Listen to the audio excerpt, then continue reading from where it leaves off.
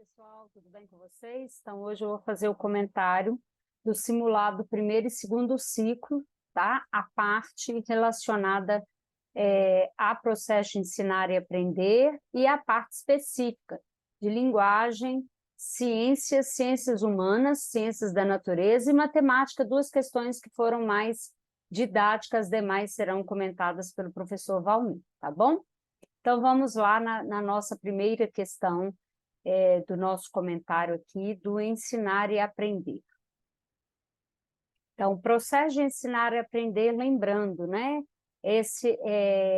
São questões da alfabetização, do letramento, das pedagogias de aprendizagem, principalmente acreditamos que vai ter alguma questão relacionada a Vygotsky, então fiquem atentos em relação a isso, tá? É muito importante que façam a leitura lá nas proposições curriculares de Belo Horizonte, a Base Nacional, então não perca de vista, esses são os conteúdos dessa parte denominada processo de ensinar e aprender. Então, essa questão 20, o que a gente pensou numa questão direcionada à alfabetização, relacionada principalmente com aspectos mais gerais, né? Então, a questão em si está falando do processo de alfabetização no Brasil, que sofre grandes influências desde a década de 60, os exercícios de prontidão, as cartilhas que eram tão comuns, né, são substituídos por práticas de ensino voltadas para a linguagem, principalmente o letramento. E aí, com base no conhecimento sobre didáticas e metodologias de alfabetização e letramento na atualidade, foi solicitado que você avaliasse algumas afirmativas, né? Então, a primeira afirmativa é importante que o aluno aprenda a ler e escrever em atividades contextualizadas. Isso é fundamental. Isso tem tudo a ver com a ideia de alfabetização e letramento serem em conjunto, né? Precisarem serem trabalhados de forma integrada. Então, verdadeiro. Ensinar letras, sílaba e palavra a partir de textos cartilhados continua sendo a prática mais indicada para a alfabetização. Jamais. Então, a ideia, inclusive hoje, não existe mais cartilha, né? Os livros didáticos, inclusive os livros didáticos silábicos ou fônicos, né, que trabalham com métodos sintéticos, tanto silábico quanto fônico, eles trabalham também já de uma forma um pouco mais contextualizada, porque não combina mais de forma nenhuma aquele texto recortado, silabado. Então, até os métodos ditos como tradicionais, eles também já vêm adotando a ideia das práticas de letramento, porque não tem como a gente fugir, principalmente diante da criança que nós temos no século XXI. Então, hipótese nenhuma, né? Alfabetizar e letrar são ações distintas, logo, a aquisição da escrita alfabética não significa que o aluno seja alfabetizado. Então, duas questões aí. Alfabetizar e letrar são ações distintas, mas devem ser interligadas, né? A aquisição da escrita alfabética significa, sim, que a criança é alfabetizada. Então, quando ela compreende o sistema alfabético, a gente pode dizer que ela está alfabética, porém ela não está ortográfica. Então, se nessa opção tivesse a ortográfica, ok. Então, a criança atingir a base alfabética não significa necessariamente que ela está ortográfica, mas a alfabética, sim. Ou seja, o que é a hipótese alfabética? É justamente quando ela percebe, ela compreende como é que funciona o sistema de escrita alfabética, tá? É direito da criança aprender a ler e escrever com autonomia, sempre, né? Além da questão dos demais aprendizados. Então, verdadeiro, falso, falso, verdadeiro. Esta 21 é para completar as frases, né? E sempre quando tiver uma questão dessa, de vez em quando a FGV coloca, e ela pega textos na íntegra, então a ideia foi fazer um pouco parecida com o que ela faz, e aí eu retirei essa questão do livro das proposições curriculares de Belo Horizonte, né? Uma atualização que houve, e falando principalmente da perspectiva da educação integral. Então, cuidado com questões de educação integral. Educação integral é um conceito mais amplo, diverso, que envolve toda uma rede de ações, mas principalmente a formação integral do sujeito, diferente da educação de tempo integral, que tem a ver com a expansão da carga horária. Então, a ideia de Belo Horizonte é que, ao longo do tempo, de uma forma contínua, vá se colocando a proposta de educação integral dentro da proposta que ele denomina educação integrada, que é a escola de tempo integral. Tá? Então, Belo Horizonte quer consolidar a ideia de tempo integral com essa formação integral. Tá? Então, a educação integral, o currículo depende da intersetorialidade. Então, o que é intersetorialidade? É quando eu tenho um conjunto de órgãos ali envolvidos. Então, eu tenho a Secretaria de Esporte, a Secretaria de Saúde, a de Justiça, a de Assistência Social. Isso é intersetorialidade. Caberia a palavra política municipal? Depende da política municipal? Em certa maneira, sim, mas não totalmente, porque a educação integral ela também pertence à Política Nacional de Educação. Depende da gestão escolar, ou seja, é uma escolha somente da escola? Não. Ela depende da ambiência, seja do ambiente, do coletivo, da ideia de cidade educadora? Sim. Então, a palavra pode ser tanto intersetorialidade quanto ambiência, tá? Nessa perspectiva de espaços, né? De espaços diversos. Então, em primeiro lugar, porque ele se realiza em diversos equipamentos do território, permitindo aos estudantes explorar e pesquisar os diferentes assuntos de seu interesse, desenvolver projetos individuais e coletivos em espaços e com atores especializados nas respectivas temáticas, como centros culturais, bibliotecas, museus, parques, centros esportivos, universidades, teatro e equipamentos de saúde. São as parcerias ou as colaborações, né? Poderia ser também, mas principalmente a parceria entre a escola e agentes que possibilita o currículo desenvolver-se dessa forma, seguindo o planejamento coletivo, sendo de forma coerente com o quê? Com o projeto político-pedagógico, né? Então, não com o seu coletivo, mas seguindo o projeto político-pedagógico. Então, eu vou seguir aquilo que, quando fala de planejamento coletivo, fala de projeto político-pedagógico. Então, aí é intersetorialidade, parceria entre os diferentes setores e um projeto político-pedagógico que garanta toda essa consistência de acontecimento. Né? Aí, a 22ª são 2 frases. É importante analisar as 2 frases de forma individualizada. Caso elas estejam corretas, as 2 estejam corretas, é que você vai ver se tem ou não alinhamento, tá? Então, na primeira assertiva, a educação nas últimas décadas, em vários países, vem passando por grandes transformações para ajustar as características e exigências de uma sociedade moderna, por muitos identificada como sociedade da informação e do conhecimento. Assim, o trabalho educacional deve se desenvolver a partir de novos desenhos curriculares, investimentos em recursos tecnológicos e didáticos e aperfeiçoamento do professor. Claríssimo, né? Então, nessas últimas décadas, para a gente mudar essa escola, pois a gente está diante de um outro sujeito, a gente precisa, sim, fazer toda outra remodelagem, começando pelo currículo, pelos investimentos, principalmente na questão tecnológica, né? Então, aí a gente analisa, esquece o porquê no meio e vamos analisar outra frase. O Brasil precisa investir na educação básica, lembrando, em educação infantil, em ensino fundamental e ensino médio, considerando as demandas do mercado, que neste período denominado Sociedade do Conhecimento, necessita de mão de obra técnica, capaz de atuar em sistemas reprodutivos sequenciais e repetidos. Aí daí a gente já vê que está errado 2 coisas, tá? A educação básica ela precisa investir no mundo do trabalho, não no mercado de trabalho. A perspectiva de mercado de trabalho é meramente técnica profissional, é preencher uma lacuna. Então, aquela formação que a gente tinha nos anos 70 até os anos 90, de formação para o sujeito atuar como mecânico, como torneiro mecânico, com técnicas comerciais, com técnicas agrícolas.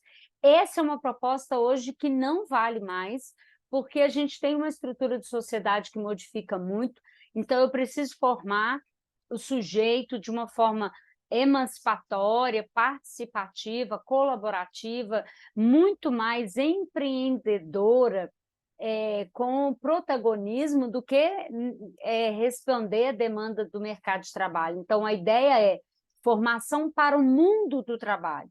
A perspectiva de que existe uma relação de trabalho, em que existe o trabalho remunerado e o não remunerado, existem diferentes práticas de trabalho inseridas no século XXI.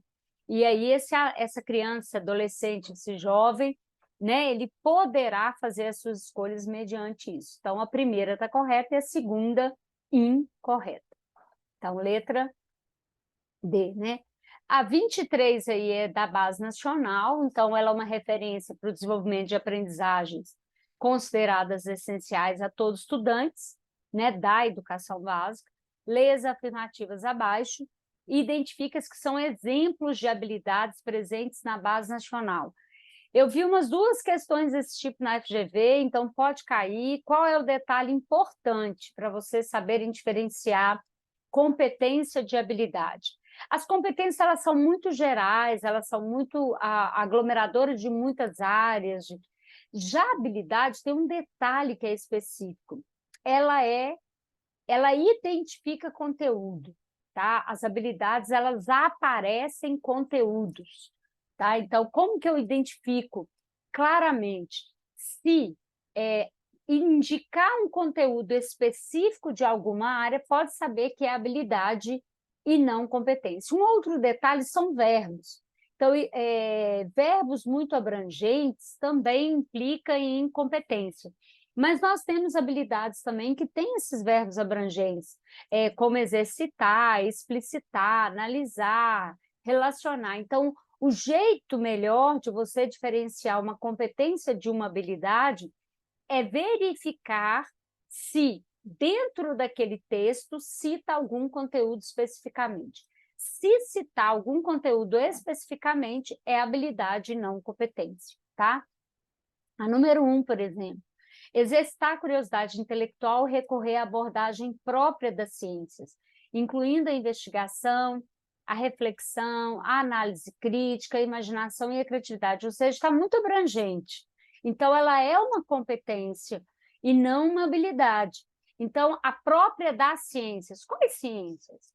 Não está nem especificando de quais ciências, né? Então, por ela ter esse fator de abrangente, a gente consegue entender e, olha, exercitar a curiosidade intelectual, isso leva muitos anos, né? Não dá para a gente fazer isso em poucas aulas, que esse é outro detalhe. Competência é alguma coisa que demanda algum tempo e que agrega muitas habilidades. Neste caso, tem 2 coisas que me fazem ressaltar que são competências. Primeiro, exercitar a curiosidade intelectual é muito abrangente. Segundo, não traz um conteúdo específico, mas indica ciências no plural, e que pode ser tantas ciências de todas as naturezas, né? Tanta natureza, humanas, linguagem, matemáticas, etc. Tá? Expressar-se livremente por meio de desenho, pintura, colagem, dobradura, escultura, criando produções bidimensionais e tridimensionais. Aí estou dizendo conteúdo. Então, qual é o conteúdo? É a questão das produções bidimensionais e tridimensionais na perspectiva do desenho, da pintura, da colagem, da dobradura. Então, isso é uma habilidade. Expressar-se livremente por meio desses processos, usando produções bidimensionais e tridimensionais. Então, aí trata de conteúdos, portanto, a número 2 é uma habilidade. Selecionar livros da biblioteca ou do cantinho de leitura da sala de aula ou disponíveis em meios digitais para leitura individual, justificando a escolha e compartilhando com seus colegas sua opinião após a leitura. Então, aí também eu tenho um conteúdo, que é selecionar e justificar a escolha. Então, esse é um conteúdo importante lá da língua portuguesa, né? O de cima é da arte. Portanto, tem a ver, refere-se a uma habilidade, né? Saber selecionar um livro disponível e compartilhar com os colegas o porquê da seleção. Foi o título, foi o texto, indicativo, foi alguém que indicou, foi o autor, então ele saber justificar essa escolha. Identificar e respeitar acontecimentos sagrados de diferentes culturas e tradições religiosas como recurso para preservar a memória, e também é uma habilidade, porque também traz um conteúdo que são os acontecimentos sagrados. Então, com certeza, é uma habilidade do ensino religioso. Aí, todas as alternativas, né? Então, você vai preencher exemplos das habilidades, né? E marcar lá a correta. Todas, não. Apenas 3 tratam de habilidades. Então, as 3 lá, expressar-se livremente, selecionar livros, identificar e respeitar acontecimentos. 24ª também tem a ver com a BNCC, né? Analise afirmativas abaixo, considerando a estrutura das redes e sistemas de ensino a partir da base. O ensino fundamental está dividido em 2 fases. Anos iniciais, 1º ao 6º? Não. Anos iniciais, 1º ao 5º. E anos finais, 6º ao 9º. Então, a número 1 está errada. A educação infantil está dividida em 3 fases. Bebê, criança bem pequena, e criança pequena. Sim, bebê do nascimento até 1 ano, 7 meses, aproximadamente. Criança bem pequena, de 1 ano, 7 meses, até 3 anos e 11 meses, aproximadamente. E criança pequena, que significa a pré-escola, né? Então, bebê e criança pequena, a Base Nacional chama de creche, refere-se à creche, e criança pequena refere-se à pré-escola, que aí vai dos 4 anos aos 5 anos e 11 meses, aproximadamente, tá bom? Então, a 2 está correta. As competências gerais devem ser desenvolvidas ao longo da educação básica em forma de projetos? Não, de forma nenhuma. Não caia nessa armadilha de jeito nenhum. As competências gerais, elas devem fazer parte do cotidiano das escolas o tempo todo, porque elas tratam de competências ligadas à questão afetiva, emocional, ao conhecimento. Então, elas não têm dia e data para acontecer, elas devem permear todos os trabalhos pedagógicos, da educação infantil até o ensino médio, lembrando da progressão de aprendizagem. Então, as 10 competências, o modo como eu trabalho com ela na educação infantil, será diferente dos anos iniciais do ensino fundamental, que, por sua vez, será diferente nos anos finais e no ensino médio. Então, não caia na armadilha dos benditos projetos, que não é isso que é para fazer, mas ela tem que acontecer de forma rigorosa não, perdão, rotineira, né, na perspectiva de serem diários, o autocuidado, a valorização do conhecimento, a utilização de tecnologias, que isso fazem parte das 10 competências gerais, tá? O ensino religioso deve fazer parte do plano curricular das escolas, garantindo o desenvolvimento das habilidades previstas para este componente curricular. Então, o ensino religioso ele faz parte do plano curricular das escolas. Tá? Então, ele é obrigatório para a escola, facultativo para a família. E aí, cuidado com isso, porque parece que Belo Horizonte não tem o ensino religioso no seu componente curricular obrigatório, mas tem que começar a ter, porque é obrigatório. Tá? E aí, é a família que decide que, então, as afirmativas 2 e 4 estão corretas, as demais estão erradas, tá bom? A 25, então, também é um processo de leitura e escrita, né? Então, é uma questão sobre leitura e escrita. No processo de leitura e construção de sentido dos textos, levamos em conta que baseia em formas padrão e relativamente estáveis, né? De estrutura. Sobre as concepções, né, nas práticas de letramento, relacionadas às práticas orais, tem um lugar de importância as práticas escritas. Considere as afirmações nos itens a seguir sobre objetivos do ensino da linguagem nas escolas. Então, não está falando da área de linguagens especificamente, mas da linguagem, tá? Dessa questão que envolve, inclusive, uma grande competência, que é o uso, né, da linguagem. Em uma concepção de letramento, é importante promover práticas de oralidade e escrita de forma integrada, levando os alunos a identificar as relações entre oralidade e escrita, correto? Se eu estou dentro de uma concepção de letramento, eu preciso ampliar esse repertório, tanto na perspectiva oral quanto escrita, até para ele ver as diferentes modalidades, né? Quanto maior ele perceber as diferentes modalidades, melhor. Quando se pensa em letramento, o professor deve criar situações em que os alunos tenham oportunidades de refletir sobre os textos que leem, escrevem, falam e ouvem. Exatamente. Então, dentro disso, ele precisa criar situações em que ele vai pensar sobre a leitura, sobre a escrita, sobre a fala, sobre o que ele está escutando, né? Letramento é a decifração dos códigos das palavras, nem pensar, lembrando, práticas de letramento são as práticas sociais de escrita, que circulam principalmente ali na perspectiva do aluno, que circula na vida deste aluno, que faz parte da rotina dele, e a gente ampliar cada vez mais esse repertório, tá? Então, o 3 está errado. Não basta apenas codificar e decodificar a língua escrita, é preciso desenvolver habilidades de produzir e ouvir textos de diferentes gêneros e com diferentes funções. Inclusive, codificar e decodificar, eu coloquei assim, que pode aparecer na prova, mas ultimamente, cada vez menos a gente tem usado esses verbos, né? Mas eles ainda podem aparecer na prova. Eles não estão errados, mas eles têm sido substituídos cada vez mais pela ideia de que não basta apenas identificar as palavras, né? Ou saber soletrar as palavras, que esse é o termo mais correto, ou seja, não adianta só eu identificar e fazer a leitura oral da palavra se ela não produz em mim um sentido. O importante é o sentido do que lê e a relação que eu estabeleço com esse sentido, tá? Mas aí eu coloquei justamente que podem aparecer ainda na prova, porque tem alguns textos ainda que a FGV usa que usam esses termos, tá bom? Então, estão corretas a 1, a 2 e a 4, a 3 de jeito nenhum, tá? A 26 eu quis colocar ali uma questão de consciência fonológica, né, que pode aparecer, mas já dentro do contexto do primeiro ano, tá? Então, a professora seleciona atividades diárias para o desenvolvimento da consciência fonológica de estudantes do primeiro ano do ensino fundamental. Assinale a prática pedagógica, auxilia no desenvolvimento do conceito de aliteração. Lembrando, aliteração, letras que começam, uma frase que tem as letras, as palavras começadas com a mesma letra. Desculpa, agarrei tudo, né?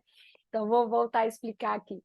A aliteração é quando eu tenho uma frase em que as palavras começam com a mesma letra, o rato, o rei, a roupa do rei de Roma. Não esqueça essa frase, que é a mais usual.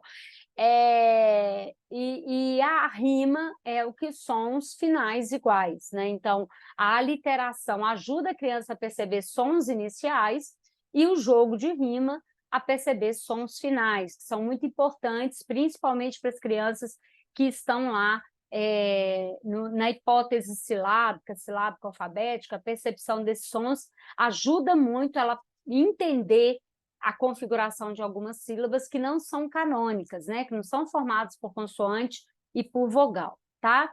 Então, ela solicitou aos estudantes que circulassem na letra da música Sopa, do grupo Palavra Cantada, as palavras que terminam com o mesmo som. Se terminam com o mesmo som, ela não estava trabalhando na literação, ela estava trabalhando rima, então está incorreto. Solicitou aos alunos que recortassem de materiais impressos diversos 7 palavras com dígrafos. Então, ela não está trabalhando a literação, ela está trabalhando com estrutura silábica diversa. E aí ela pontuou a ideia do dígrafo, né? Ela chamou a atenção do dígrafo. Solicitou aos alunos a escrita de uma lista de palavras que tinha o mesmo som final da palavra sol. Som final, rima. Solicitou aos alunos que organizassem o baú de palavras, colocando apenas palavras iniciadas com P. Aí sim ela vai estar trabalhando a literação, porque a partir disso ela pode formar frase, ela pode formar conjunto e etc. Tá? Ok? Então, a 26, letra D, cuidado com esse tipo de questão, a FGV gosta um pouquinho de trazer questões práticas, né? A legislação educacional será comentada pela professora Consuelo. Vamos lá nos conhecimentos específicos de linguagens, códigos e suas tecnologias. Nele, como a gente sabe, pode aparecer questões da BNCC, dos parâmetros, das proposições curriculares da língua portuguesa, mas a maioria das provas da FGV, que trabalham com editais muito parecidos com BH, na verdade, a gente encontrou foram questões de análise discursiva. Então, cuidado, façam a leitura adequada e respirem, né? Então, todas as frases a seguir mostram 2 segmentos sublinhados. Assinale a opção que apresenta a frase em que a troca de posição desses segmentos traz inadequação. E ele não fala de qual tipo de inadequação, então a gente pode pensar em termos de coerência, de inadequação gramatical, de sentido, né? Já que não traz de qual tipo de inadequação, então a gente pode pensar em qualquer inadequação, então tem que fazer uma análise cuidadosa de cada frase. Não é fácil ganhar pouco e trabalhar muito, né? Então, ganhar pouco e trabalhar muito é conceitual, a frase está coerente, ganhar, trabalhar, pouco, muito, está demonstrando coerência e oposição. Ok. Quer dizer, ganha pouco e trabalha muito, né? Então, é uma frase para sentido de oposição. Correto. Ele conhece todo o universo,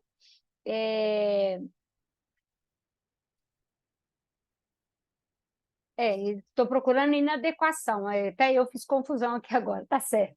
A frase não possui nenhuma inadequação. É que eu falei, se tá certo, por que é a letra C, né? Não, é porque eu tenho que procurar a inadequação. Ele conhece todo o universo e não se conhece. Então, ele conhece o universo inteiro, mas ele não se conhece. Também, olha, para você ver como é que vai apresentando a questão da oposição, né? Desse sentido de contradição.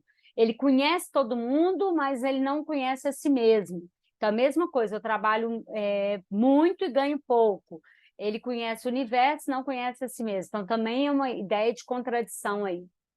Desde o começo é mais cômodo saber pouco do que saber muito.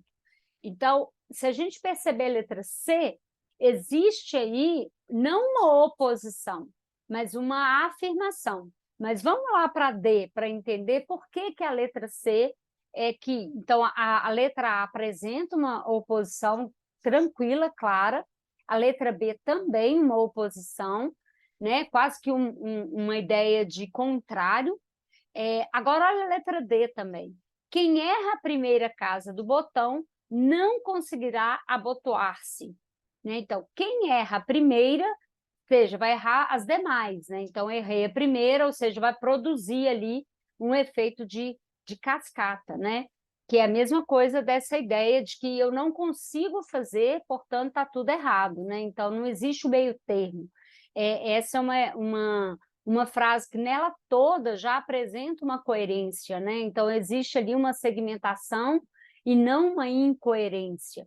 Agora, desde o começo é mais cômodo saber pouco do que saber muito. Ali existe uma ideia de eu vou me acomodar em não saber, é melhor eu não saber do que saber muito.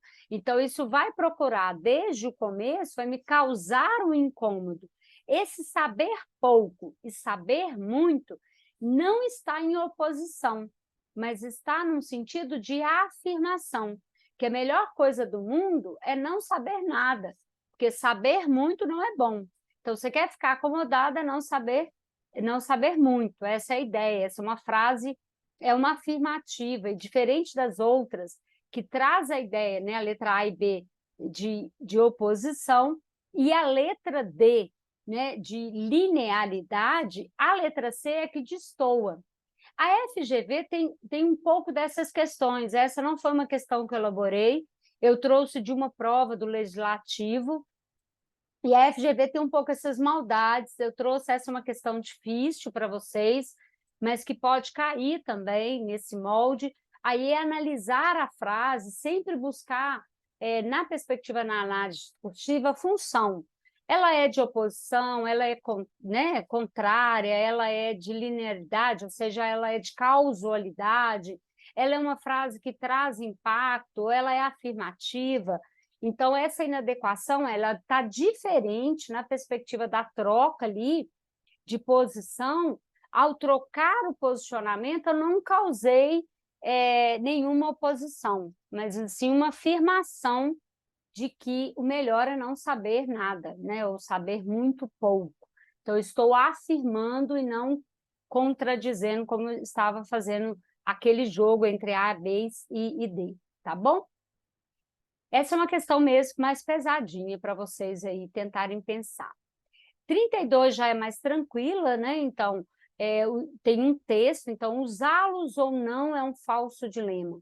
A começar pelo fato de que, se não todos, mas grande parte daqueles que combatem o emprego de cobaias em laboratórios, em algum momento, já se beneficiou da prescrição de medicamentos que não teriam sido desenvolvidos sem os experimentos nas salas de pesquisa. A partir desse texto, é correto inferir. Então, também a FGV gosta de questões de inferência, né? Então, é importante ler as opções para a gente ver. É um texto que vai falar que, apesar de muita gente ser contrário, o uso de cobaias animais, em algumas pesquisas, são fundamentais, né? Nessa perspectiva de que muita gente que levanta a bandeira contrária, conforme esse texto está dizendo, fazem uso de medicamentos que foram feitos testes em cobaias, tá? Os que combatem a experimentação animal deveriam negar-se a tomar medicamentos fabricados com a ajuda desse processo. Existe um tom irônico ali, mas vamos ver por que né? Ou seja, ele está dizendo, bom, vocês estão levantando a bandeira de que não pode usar cobaia, então também não use medicamentos, né? Vamos ver as outras opções. Os medicamentos fabricados a partir de experiências com animais não deveriam ser prescritos para pessoas que combatem a experimentação. Não é disso que ele está falando, até porque não tem como ter controle, né? O médico vai perguntar para a pessoa se ele é contrário ou não, então isso é complicado, não é isso que está defendendo o texto, não é disso que está falando o texto. O fato de algumas pessoas tomarem medicamentos fabricados a partir de experimentação animal nada tem a ver com a sua posição em relação a este processo. Muita gente pode ter marcado essa, né? Porque os medicamentos, mas não é disso que o teor do texto está trazendo, né? O fato de tomarem medicamentos fabricados da experimentação animal tem a ver com a posição em relação a esse processo. Então, a gente sabe que muitas pessoas têm se posicionado e têm feito também os fabricantes de medicamento, a indústria farmacêutica, ter uma ação diferenciada sobre isso, né? O fato de combater-se o uso de cobaias em laboratórios implica a falência de toda a estrutura capitalista? Não. Letra D, com certeza, não está falando disso, né? Então, a melhor é a letra A, e, de novo, cuidado com questões, algumas da FGV a gente aponta que estão corretas, mas outras estão melhor escritas, que é o caso da A. Né? Os que combatem a experimentação animal deveriam negar-se a tomar medicamentos fabricados com a ajuda desse processo. Ou seja, eles serem coerentes e não a fábrica, e não o governo, e nem o médico, né? Eles terem este posicionamento que seria de uma forma mais coerente, tá? A 33, então, eu peguei uma questão, eu elaborei essa questão, eu elaborei com base nas proposições curriculares de BH, dentro da perspectiva da língua portuguesa e aí, portanto, também relacionando aí com as linguagens, tá? As práticas pedagógicas da alfabetização devem ocorrer prioritariamente no primeiro ciclo, sendo responsabilidade exclusiva de língua portuguesa, arte e educação física, jamais. Então, a alfabetização pertence a todas as áreas. É lógico que o professor de língua portuguesa ele tem a instrumentalização para isso, mas todo mundo que trabalha com o primeiro ciclo precisa entender que está diante de um sujeito em processo de alfabetização ou recém-alfabetizado. Portanto, eles têm, né, professores das ciências humanas, das ciências naturais, precisam selecionar textos adequados para essas crianças e aproveitar para trabalhar também práticas de letramento geográfico, histórico, matemático, né, e tudo mais. As práticas pedagógicas de todas as áreas devem trabalhar com a diversidade de gêneros textuais, possibilitando aos educandos ler e produzir textos variados, ampliando o processo de letramento. Corretíssima, né? Então, todas as áreas precisam se preocupar com a perspectiva das práticas de letramento. Isso aparece muito no currículo de Belo Horizonte, né? Muito forte a ideia das práticas de letramento. Nas atividades de escrita, é importante mostrar às crianças modelos textuais relacionados a diversos gêneros textuais. Dessa forma, aprenderão a escrever conforme modelos sociais e, portanto, acessarão espaços públicos e privados antes destinados à classe econômica privilegiada. Está errada, mas cuidado com essa frase, porque é preciso, sim, mostrar, ampliar o repertório por meio de modelo, mas não um modelo que é socialmente aceito. Mas, por exemplo, eu vou trabalhar bilhetes. Eu preciso trazer modelos variados, modelos que aparecem tanto na casa da criança ou na própria escola, como também nas redes sociais. Então, aplicar a questão do multiletramento, né, dentro das tecnologias, como é que os bilhetes aparecem, de que forma, né? Como é que o WhatsApp aparece como um portador aí de bilhete? Então, sim, o grande problema dessa questão está na questão dos modelos sociais para a classe econômica privilegiada. Não é para ter modelo social nenhum, pelo contrário, é essa diversidade, ao possibilitar essa diversidade, eu não tenho esse modelo, tá? Para desenvolvimento da linguagem oral, é sugerido o desenvolvimento de atividades sistemáticas que auxiliam na adequação conforme a situação de comunicação. Assim, propor apresentações de peças teatrais, de trabalho, de debates, jornal falado, entre outros, né? Exatamente, então, para o desenvolvimento da linguagem oral. Então, a 1 está errada, a 2 está certa, a 3 está errada e a 4 está certa. Então, portanto, 2 e 4 estão corretas, tá?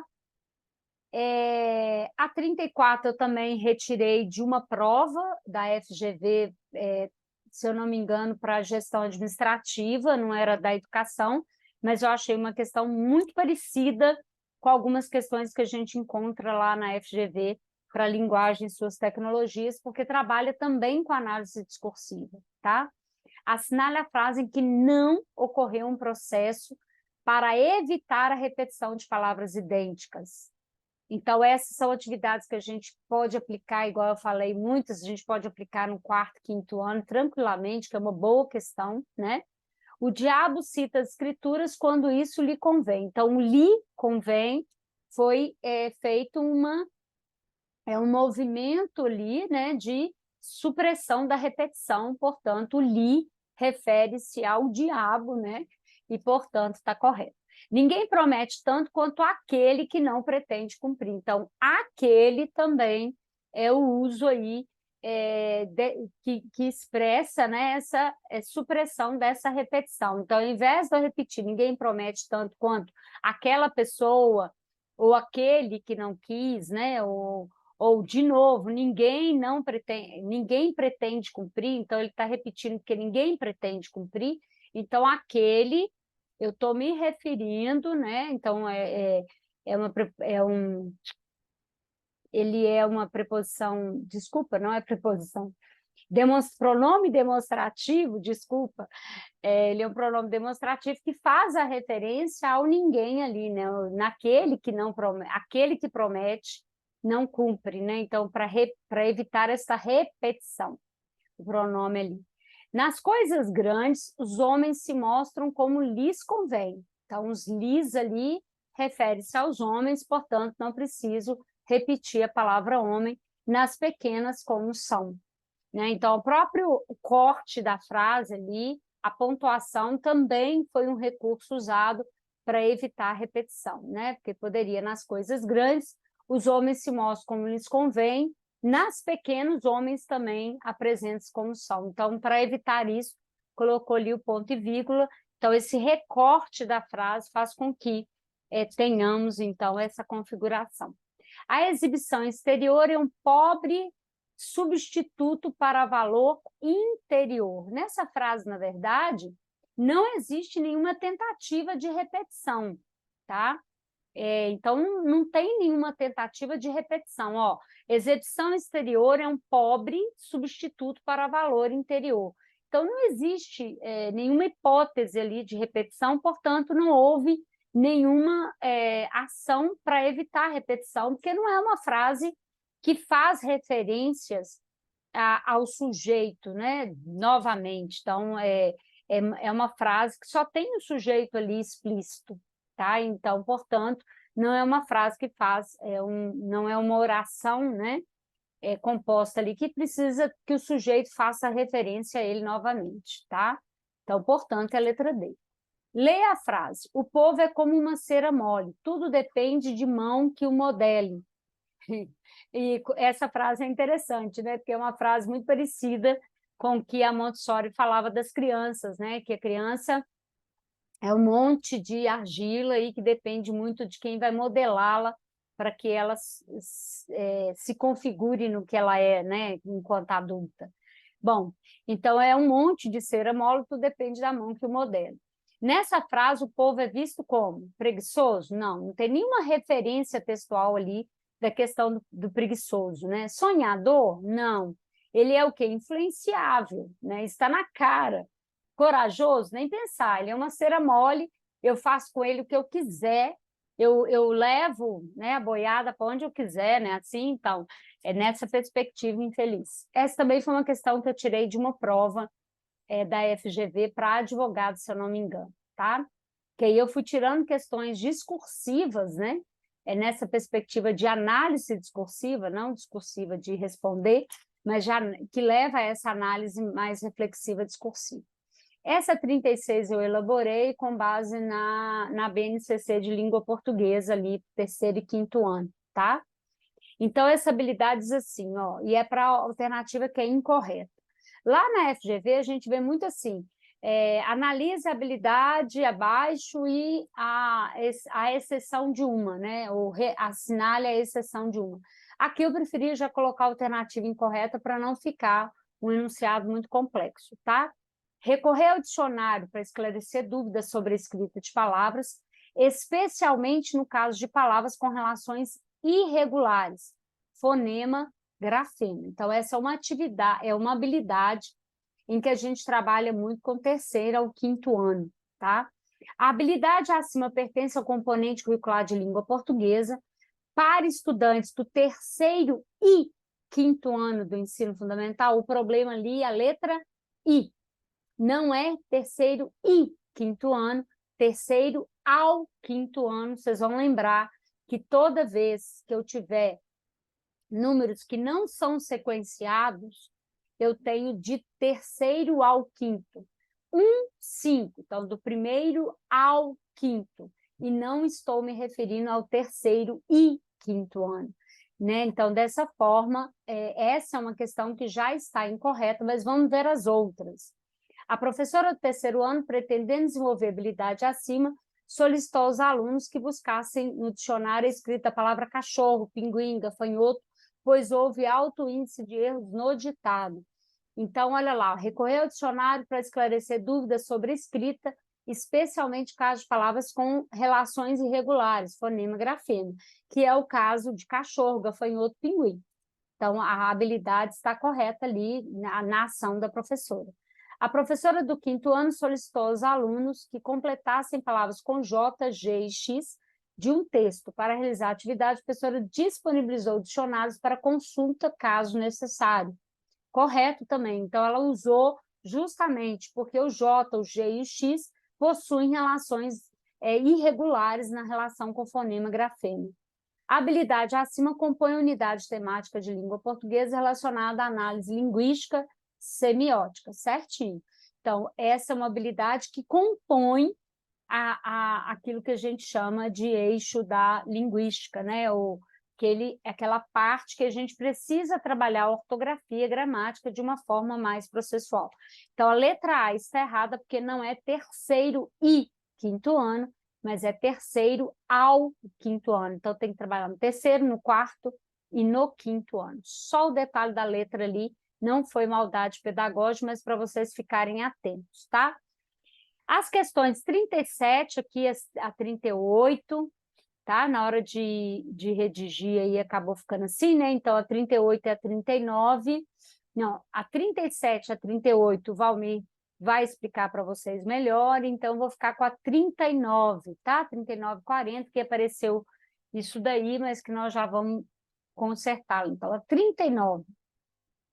O conceito de letramento matemático refere-se a... Então, nas questões de linguagem matemática, pode aparecer questões de conteúdo, conforme a gente conversou, mas também pode aparecer questões relacionadas às proposições, à base nacional, à questão didática da matemática, tá? Então, aqui é do letramento matemático, Belo Horizonte gosta muito desse termo. Utilização de livros de literatura em sala de aulas para ensinar conceitos matemáticos a partir de textos ficcionais, poemas ou romances. Então, a simples utilização do livro de literatura não auxilia. Eu preciso dialogar com esse livro de literatura, né? Então, eu vou usar um livro de literatura só para poder dizer que eu estou ampliando o repertório dele, não. Então, ali faltou a relação dialógica. Como é que esse livro de literatura, por exemplo, é Malbataan, né, por exemplo, como é que o Malbataan, que é um livro interessante, que conta um pouco da questão da matemática no mundo social, e os meninos gostam, né, os adolescentes gostam desse livro, no mundo da matemática, e aí essa é uma perspectiva literária, mas que eu tenho que dialogar, não adianta só aplicar os textos, né? Eu preciso estabelecer esse diálogo também. Uso de letras, signos, símbolos para representar incógnitas, não, de jeito nenhum, né? Só usar as letras, signos, símbolos da matemática não tem a ver com letramento matemático. Se estrutura a partir da capacidade do indivíduo em solucionar problemas matemáticos de forma verbal por meio da linguagem corrente. A A e a C são importantes, né? Fazem parte do processo de prática de letramento, mas tanto a A quanto a C é preciso do diálogo com a prática social, é preciso inserir a matemática nessa prática social. Então, quando eu usar, por exemplo, uma conta de água ou de luz, eu fazer o exercício também de fazer a leitura daquele gênero textual, das implicações matemáticas, das análises matemáticas dentro daquele gênero textual. Eu vou trabalhar uma receita, então essa é a perspectiva que aparece na letra D, né? Capacidade de identificar e compreender matemática como ciência inserida no mundo social e não fora dela.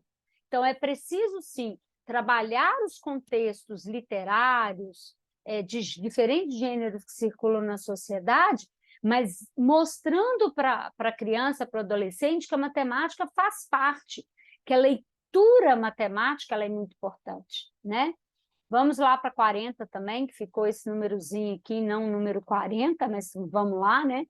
Muitos jovens e adultos dominam noções matemáticas aprendidas de maneira informal ou intuitiva, antes de entrar em contato com as representações simbólicas convencionais. A gente tem muitas crianças que já sabem fazer conta, né? Tem um livro da Terezinha Carraé, que é muito bacana, que chama Na Vida 10, na escola 0, na vida 10, né? Então, o menino, ela conta a história de feirantes, mirins, né, que trabalhavam com seus pais, que faziam contas de cabeça, lidava com tudo, mas na escola tirava nota 0 em matemática. Então, ela faz uma análise disso, que é justamente, isso é uma situação muito comum nas nossas periferias, principalmente crianças que já lidam com dinheiro, que já lidam com essa experiência, mas na matemática da escola eles são 0, né? Ou são realmente são reprovados nessa matemática da escola. Esse conhecimento reclama um tratamento respeitoso e deve constituir o ponto de partida para o ensino e aprendizagem da matemática. Esse é um texto tirado lá dos parâmetros curriculares da matemática, mas que está presente também na discussão das proposições curriculares de Belo Horizonte, ou seja, eu preciso ensinar a matemática que constitui o mundo dessa criança, ampliando cada vez mais esse repertório, mas eu preciso dialogar com este mundo, né? O trecho acima está presente nas habilidades. Estimar, medir, comparar capacidade de massa, utilizando estratégias pessoais, unidades de medida não padronizadas. Então, quando eu quero que os jovens, de maneira informal e intuitiva, eu preciso estabelecer essa relação, estimar é uma ação super importante. Quanto vocês acham que tem aqui dentro? Quanto vocês acham que fulano tem? Sem contar, sem medir, quantos passos vocês acham que dão? Então, essa estimativa é uma maneira informal e intuitiva de trabalhar o pensamento matemático e aquilo que a gente chama de conhecimento prévio matemático. Então, com certeza está certíssimo, né? Classificar eventos envolvendo um acaso, tais como acontecerá com certeza, talvez, é impossível acontecer, em situações do cotidiano. Então, ele também vai ter que saber fazer o quê? Prever. Prever para ele dizer acontecerá com certeza, pode acontecer e impossível acontecer, tá? O 2 também está certo.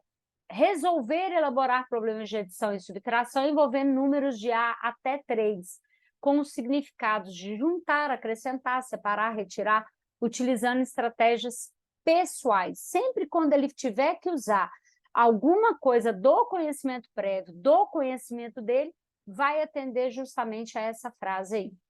Realizar pesquisa envolvendo até 2 variáveis categóricas de seu interesse universo de até 30 elementos e organizar dados por meio de representações pessoais. Então, ele pode fazer, por exemplo, uma pesquisa com os avós, e aí ele decide que vai fazer um gráfico de pizza, o outro decide que vai fazer uma tabela, o outro decide que vai fazer um gráfico de linhas, então ele vai escolher a forma de representação. Então, tudo isso permite que os alunos entendam que a matemática ela é aprendida no cotidiano por meio de situações intuitivas e informais, mas que ela não está fora do mundo, e que, portanto, a escola tem que valorizar esse conhecimento no diálogo lógico com o conhecimento científico procedimental. Tá? Nesse caso aqui, a 1, a 2, 3 e 4, todos estão corretas. A 42 e a 41 serão discutidas pelo Valmir, tá? Que melhor vai aplicar aí os conhecimentos da matemática. A das ciências naturais todas eu construí, tá? Com base nas discussões que nós fizemos e justamente na análise de provas que aparecem questões muito ligadas, e eu tenho quase certeza que vão aparecer questões ligadas a Belo Horizonte, a Minas Gerais. Então, fiquem atentos, quem tem pouca leitura sobre o bioma, né? Principalmente do Cerrado, que a gente, né? O nosso bioma principal é o Cerrado, mas a gente tem campos das vertentes, a gente tem também uma parte pequenininha da Mata Atlântica, então é importante, né, analisar, principalmente ler, a gente tem o Sertão Mineiro também, né, uma caatinga ali pequenininha, de 1% só do nosso território, mas tem que fazer um estudo aprofundado ali, uma leitura, porque eles gostam de questões ligadas a essa localidade, tá? Então, façam a leitura se você não fez os nossos biomas aí, tá? Dê uma olhada lá naquele material que eu coloquei os esquemas lá para vocês guardarem na memória. Então, no dia 14 de setembro é comemorado o Dia da Capivara, essa espécie que pertence à família dos mamíferos roedores, denominado de Cavidae. São herbívoros e já fizeram parte da paisagem da Lagoa da Pampulha, porém, nos últimos 7 anos, deixaram de ser vistas por lá. Aí, de novo, né, tem que analisar separadamente ali para a gente ver se tem uma relação. Assim como os cavalos, cachorros e outros mamíferos, elas podem carregar o carrapato estrela, que são hospedeiros primários da bactéria causadora da leishmaniose visceral, altamente prejudicial para o ser humano. Um problema aqui, né? O carrapato estrela não carrega leishmaniose visceral. Leishmaniose visceral é carregada por um mosquito. E o carrapato estrela, né, carrega uma doença muito complicada também, e que realmente as capivaras foram retiradas, né, da Lagoa da Pampulha devido ao aparecimento dessa doença, tá? Então,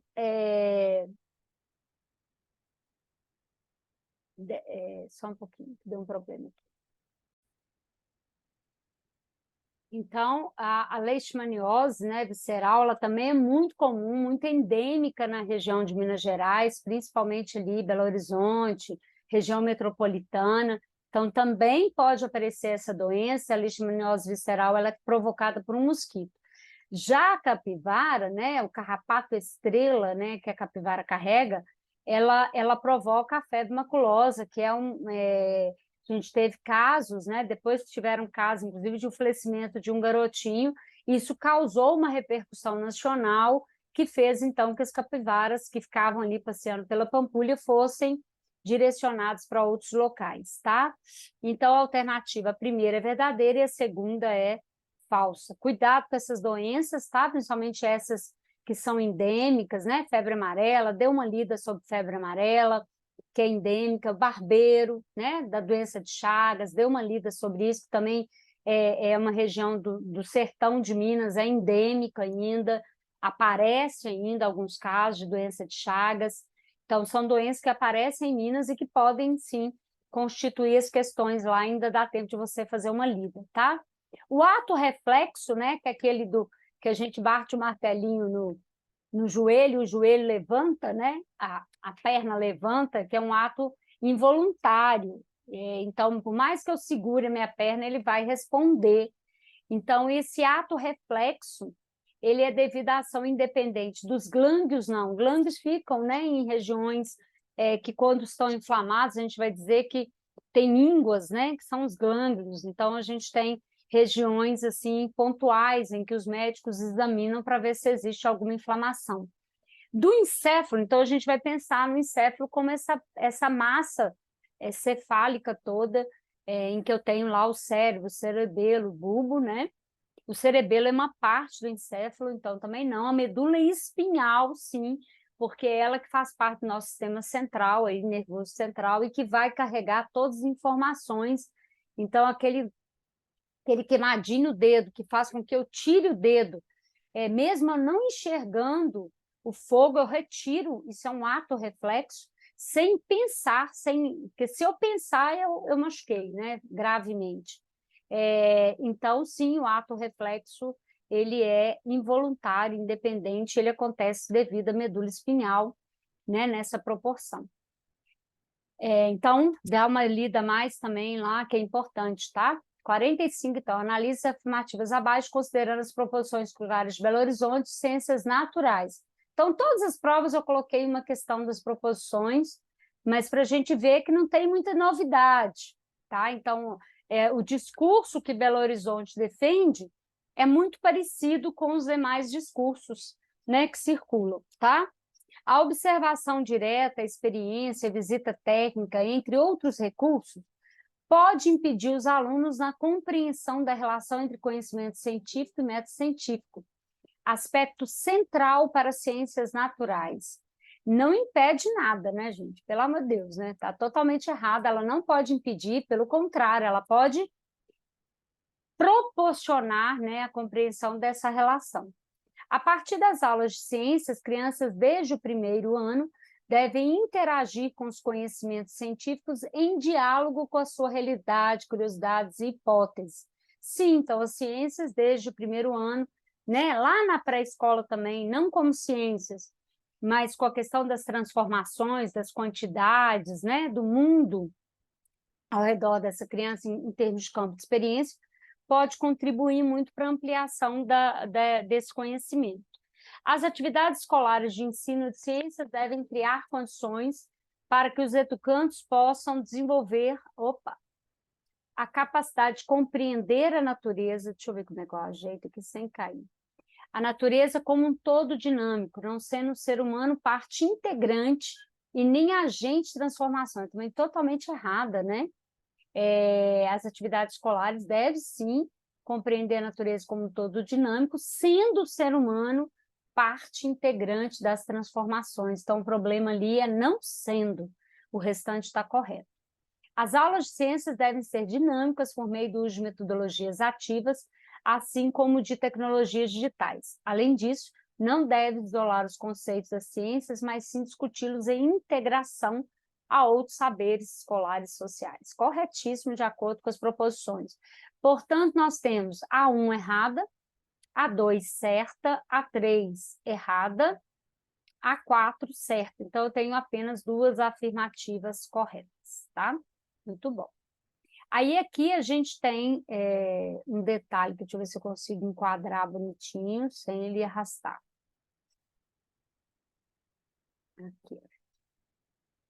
Aqui a página, aí. Então, essa 46 aqui, eu coloquei ela, mas é uma maldade pedagógica de análise, tá? Então, tem que fazer uma análise cuidadosa, bem cuidadosa. As unidades temáticas da Base Nacional são 3, né? Matéria e energia. O que se estuda em matéria e energia? Tudo que for física e química, que enquadra a física e a química, a gente chama de matéria e energia. Então, calor, visão óptica, a ideia de transformação de objetos, de combustão, de ordenação, de que é feito os materiais, né? O primeiro ano, o segundo trabalham muito com essa ideia do que é feito esse material. Vai cair em matéria e energia. Vida e evolução é biologia pura. Então, tudo que trata de vida, de ser vivo, entra em vida e evolução. E Terra e Universo, o próprio nome diz, aí é o planeta, o universo, tá? As questões relacionadas a esse planeta e em relação com o universo, tá bom? Então, ó, investigar a importância da água, da luz para a manutenção da vida de plantas em geral. Então, planta ser vivo, portanto, vai entrar em vida e evolução. Produzir diferentes sons a partir de vibração de variados objetos e identificar variáveis que influenciam nesse fenômeno. Então, o fenômeno físico, a vibração sonora, né? A perspectiva sonora, então, é matéria e energia. Conclui que algumas mudanças causadas por aquecimento ou resfriamento são reversíveis e outras não. Isso é um fenômeno físico. Perceber que eu posso, por exemplo, congelar uma água, mas eu também posso descongelá-la. Ela vai se transformar em... Ela não vai transformar em outra coisa. Ela vai continuar sendo água, porém, em um sistema sólido, líquido ou gasoso, né? Então, inclusive, o gasoso, se eu faço uma questão de evaporação num recipiente fechado, ele volta a ser água, né? Ser líquida. Então, aquela ideia do como é que chama? Que a gente planta dentro de um vidro fechado, né? Então, aquilo ali, o que acontece? Você coloca água uma única vez na vida. E a evaporação, num sistema que é muito parecido com essa evaporação, então ele volta a ser liquefiado. Então, isso é um fenômeno físico, portanto, também é 1. Então, lá, 2, 1, 1. Relacionar a participação de fungos e bactérias, ser vivo. Então, é vida e evolução, você nem lê o resto. Se eu vou trabalhar com ser vivo, vai entrar em vida e evolução. Identificar e nomear diferentes escalas de tempo, os períodos diários, manhã, tarde, noite, sucessão de dias, seja fenômeno da Terra, nessa perspectiva da rotação da Terra, né? E translação da Terra, que são dias, rotação, o dia, né? Manhã e tarde, rotação, manhã, tarde, noite, rotação, e translação, o movimento que ela faz lá em 365 dias, que vai envolver as estações do ano. Tá? Então, 2, 1, 1, 2, 3. Vamos para ciências humanas e sociais aplicadas, tá? Mesma questão que vale para ciência da natureza, deu uma estudada em Minas Gerais, na história de Minas, tá bom? Minas já escolheu o território de sua capital, cuja descrição Olavo Bilac está fazendo na Gazeta. Belo Horizonte parece antes uma exclamação que o nome. Sobram na história mineira homens honrados e patriotas para designar a capital futura. Pode-se deduzir da leitura desse segmento que essa não foi uma questão que eu elaborei, mas eu adorei a questão. Achei muito bacana, porque trabalha com a questão também da linguagem, né, da análise discursiva. Olavo Bilac já havia escrito um poema sobre a futura capital? Não, tá? Então, ele já... Não era poema que ele escreveu uma descrição, então ele não fez um poema, né? Olavo Bilac era um poeta, mas nesse caso ele fez uma descrição para um jornal chamado Gazeta. Machado de Assis já havia apontado o nome patriótico para a futura capital? Não tinha apontado, ele tinha dado uma dica, né? Mas ele não diz aí de nenhum nome em específico. Belo Horizonte não era visto por Machado como um bom nome para a futura capital mineira. Então, ele está claro sobre isso, né? Sobram na história mineira homens honrados e patriotas para designar a capital futura, e não Belo Horizonte, que parece mais uma exclamação, né? Que Belo Horizonte, essa é a perspectiva. Então, ele não gostava do nome Belo Horizonte, porque ele achava que era mais uma exclamação do que o nome de uma cidade, que a cidade poderia ter nomes dos seus ilustres, né, moradores. Ainda bem que não, né? O território destinado à futura capital mineira era montanhoso, ele não fala disso, não tem nada dito disso, então, portanto, sem sombra de dúvida, a letra C. A 48 eu que elaborei com base na pirâmide, então pode ser que caia, prestem atenção, é uma atividade muito fácil, geralmente quando aparece gráfico, pirâmide, legenda, é fácil, só que tem que estar atento aos detalhes, tá? E aqui, neste caso, você vai buscar aquilo que é incorreto. Então, a gente analisando a pirâmide etária, né? A parte escura é masculina, a parte clara é feminino, e a gente vai ver que existe um equilíbrio ali, né? Então, existe pouca alteração entre a quantidade de população no masculino em relação ao feminino, né? O feminino aparece com um pouco maior em algumas idades e o masculino em outras, portanto, existe um equilíbrio ali, né, dessa conjunção. Então, a primeira opção, a população masculina e feminina jovem está em equilíbrio, então a gente vai lá no jovem, e aí você olha, bom, jovem está ali entre 15 a 25 anos, e a gente olha que, olha, impede igualdade com quantidade, né? Um pouco, o que, os 700 mil parece, né? Menor do que 1 milhão. Aqui também, ó, está entre ali 600, 700 mil pessoas, então existe um equilíbrio ali, tá? A quantidade de mulheres entre 35 e 49 anos, então a gente vai lá nas mulheres, que é essa parte mais clara, dos 35 aos 49 anos. Então, eu vou pegar esse bolo aqui, ó, né? Eu vou pegar esse quadrante aqui. Então, neste quadrante, equivale ao total de menos de só um pouquinho, de 1 milhão. Se a gente pegar só a população de 40 a 44 anos, eu já cheguei a quase 1 milhão, ó. E aqui está dizendo menos de 1 milhão, não. Se eu pegar 35 e a 39, né? Então, aqui, ó, essa camada 35 a 39, e 44 a 40, aqui já deu quase 2 milhões, na verdade, né? E não só 1 milhão. Então, não tem menos de 1 milhão, tem mais de 2 milhões, só fazer essa continha aqui, que vai ver nessas 3 barras aqui do lado feminino, que onde está maior número de pessoas, de mulheres, é justamente entre 35 a 39 anos, que eu tenho uma população maior, tá? A população feminina de 80 anos, então vamos lá para cima, né, feminina aqui, possui maior quantidade em relação à população masculina? Sim, tá vendo? O quadrante está maior, né, no feminino. A população de 0 a 4 anos de idade feminina, então lá no feminino e masculina, equipara a quantidade de população de mulheres e homens de 45 a 49.